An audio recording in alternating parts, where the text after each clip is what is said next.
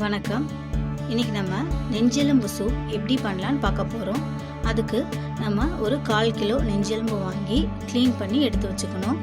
தேவையான அளவு இஞ்சி பூண்டு பேஸ்ட்டு, தேவையான அளவு சின்ன வெங்காயம், தேவையான அளவு தக்காளி, சீரகம் சோம்பு அரைச்ச விழுது, கொஞ்சமாக துவரம்பருப்பு எடுத்து வச்சுக்கணும்.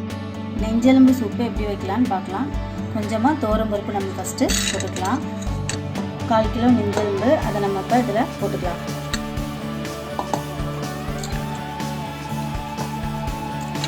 சீரக சோம்பு அரைச்சி வச்சுருக்கேன், அதையும் நம்ம இப்போ இதில் போட்டுக்கலாம்.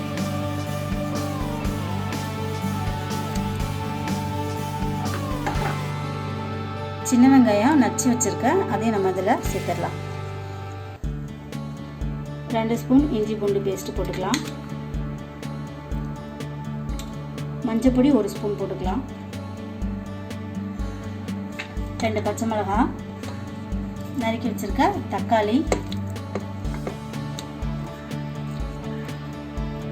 வெங்காயம்,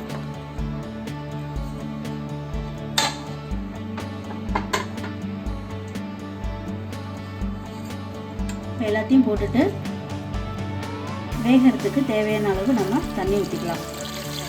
இந்த குக்கரில் பாதி அளவுக்கு நான் தண்ணி சேர்த்துக்கிறேன்.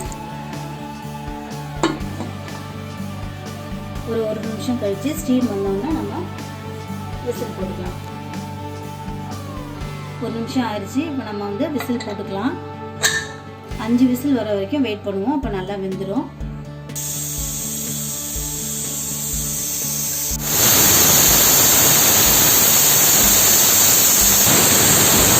இப்போ 5 விசில் வச்சு மட்டன் நெஞ்செலும்பு வெந்துருச்சு. இப்போ நம்ம அதை இறக்கி வச்சாச்சு. இப்போ ஒரு சின்ன கடாய் வச்சு நம்ம இப்போ தாளிச்சுக்கலாம். இப்போ எடுத்து வச்சுருக்க பட்டை, கிராம்பு, ஏலக்காய் எல்லாத்தையும் போட்டுட்டு கொஞ்சமாக காஞ்ச மிளகாய், வெங்காயம், சோம்பு எல்லாத்தையும் போட்டு தாளிச்சாச்சு. இப்போ நம்ம அதை எடுத்து இதில் ஊற்றிடலாம்.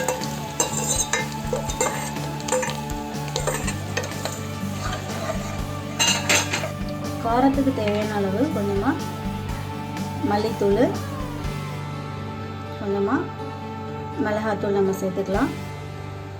உங்களுக்கு காரம் தேவையில்லைன்னா அதை நம்ம சேர்த்துக்க தேவையில்லை, இதுவே போதும். இப்போ தேவையான அளவு நம்ம உப்பு சேர்த்துக்கலாம்.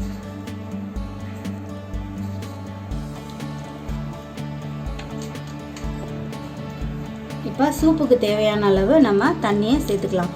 உங்களுக்கு தேவையான அளவுக்கு நீங்கள் சேர்த்துக்கோங்க. இப்போ நல்லா கொதிக்கட்டும்.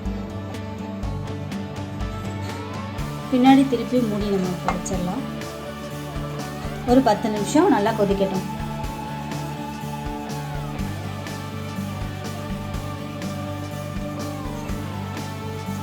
நல்லா கொதிச்சு ரெடி ஆயிடுச்சு.